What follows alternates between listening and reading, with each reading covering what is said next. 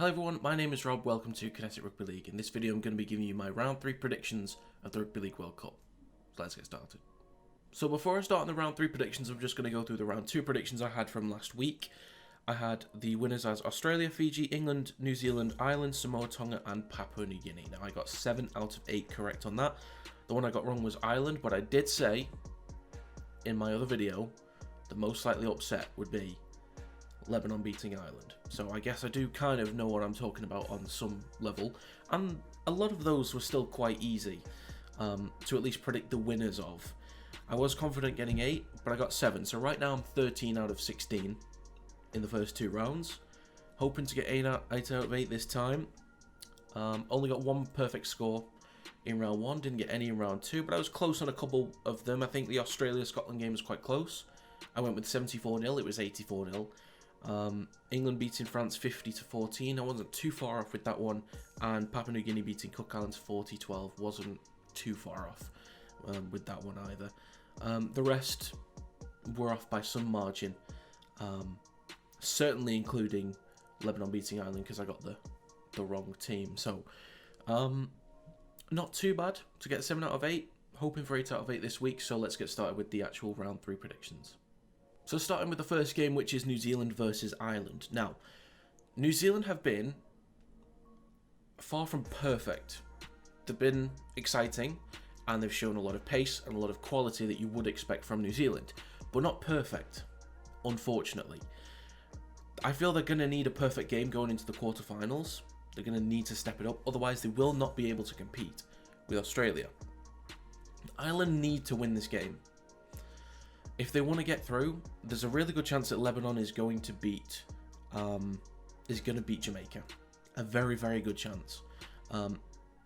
It's near enough set in stone that that's going to happen based on how the games have gone. And Ireland need to beat New Zealand. I don't think they're going to do that. However, I think early on they're going to put up a good fight that's going to kind of slow down the points from New Zealand, and they'll put some points on the board throughout the game. They'll have like their peaks and their moments. So I think they'll shut down New Zealand early on, but then they'll run away with it. So I'm going to go with New Zealand 48, Ireland 12.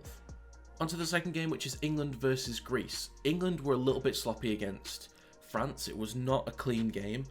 And Greece have been doing a good job at actually getting some points on the board in the first 2 rounds, and they've been pretty good tries as well. Also knowing England, they could be up 80-0 in the 79th minute, and they concede a sloppy try right underneath the sticks, right at the end. That's just what I picture in my head. So I'm seeing a try from Greece this round. They've managed to get it 2 in the first round, 1 in the second, and I feel that they could still get another one against England. England will want to right some wrongs against France. It was not disciplined enough. They threw the ball around quite a bit against Samoa, but not enough against France. Too one-dimensional, but I think they'll come out firing this time. So I'm going to go with England 64, Greece 6. On to the third game, which is Fiji versus Scotland. Now, I originally had Fiji at quite a low score and conceding quite a few points against Italy in last week's prediction. I was very far off on that one. So I've underestimated Fiji, but not this time. And I've still been impressed with the way that Scotland has battled. You cannot fault them for their efforts, but we now know that, you know, the lack of points against Italy was warranted, given that they then put nothing against Australia. It wasn't even close. Not in terms of scoreline, but in terms of being able to actually do anything in the game. So I'm going to kind of go on with Fiji's dominance and Scotland's lack of attendance at the game, let's say. I'm going to go with Fiji 64, Scotland 0. Now moving on to the fourth game, which is Australia versus Italy. Now, Italy are a stronger team than Scotland, so I feel that they might be able to restrict Australia to slightly less points. Only slightly. And Italy may put points on the board. There are some moments where they look like they play with a lot of pace and look quite good off the cuff. And there are players like Jake Mason knows how to find the try line. He's done it a few times in this World Cup. Dean Purata plays with a lot of pace down the middle. So I think Italy could get a try in this game. Certainly not impossible. But Australia is going to run away with this game. So in order to give this prediction some more weight, because there isn't really much else I could say on Australia, I'm going to perfectly predict how Italy's going to score their try. Dean Purata is going to run from dummy half inside Australia's 10 metres. He's going to run between Regan Campbell-Gillard and Isaiah Yeo, and he's going to score for a try underneath the sticks. And people will come back to this video and think, wow, he actually does know what he's talking about sometimes. So, yeah, I'm going to go with Australia 72. Because, yeah, it's Australia. Italy 6. On to the fifth game, which is Lebanon versus Jamaica. Now, Jamaica finally got their first try in the World Cup last week. Part of me feels like they're going to continue with that. I like the effort that they put in against Ireland. They weren't rewarded with a try. They were extremely creative and difficult at times against New Zealand. And I think their efforts will continue because they'll want to go out on a bang here. And I see 2 tries for Jamaica. I see 2 tries.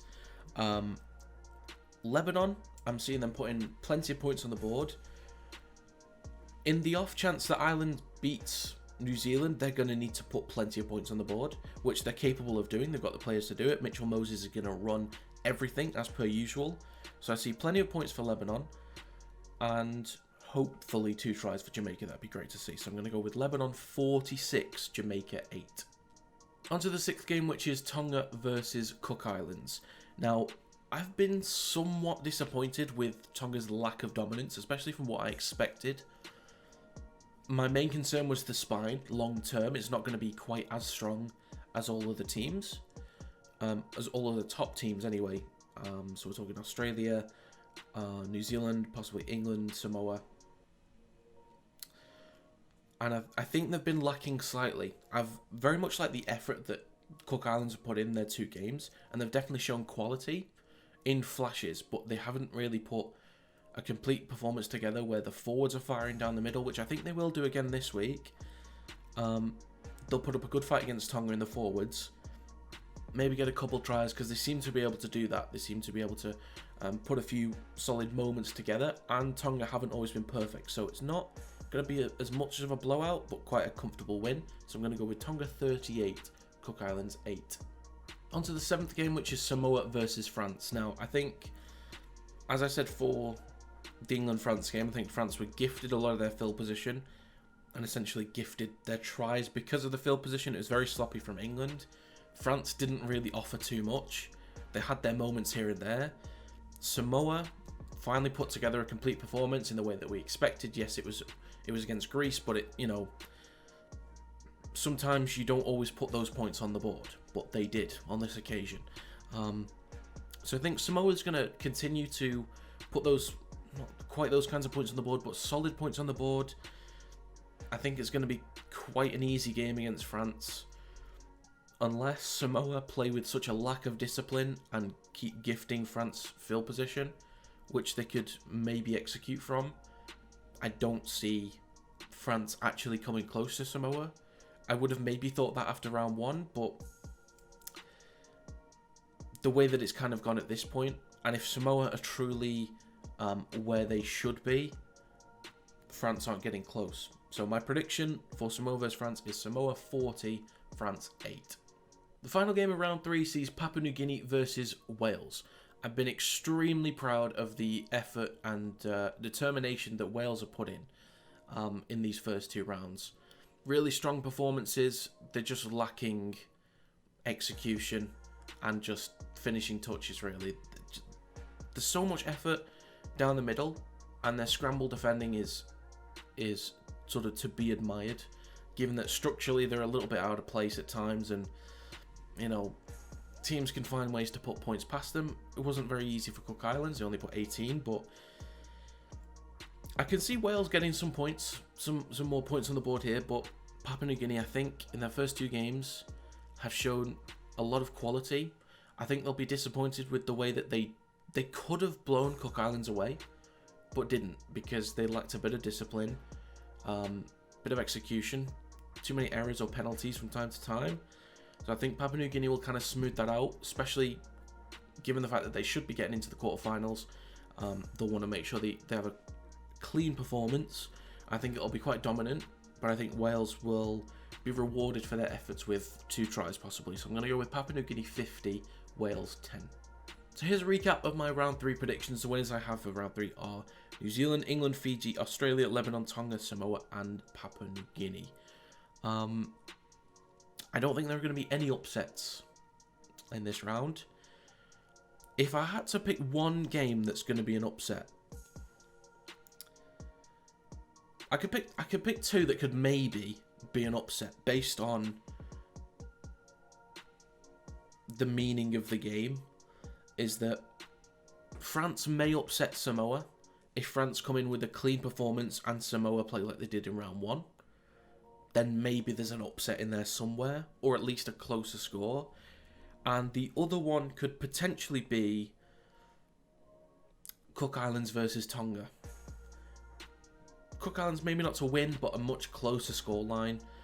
Since Tonga haven't been exactly perfect, Cook Islands might throw a bit more at them. They might make it difficult. They might dominate in the forwards. You wouldn't expect it, especially given it's Tonga. But Cook Islands might come out with something different, might put more points on the board. But yeah,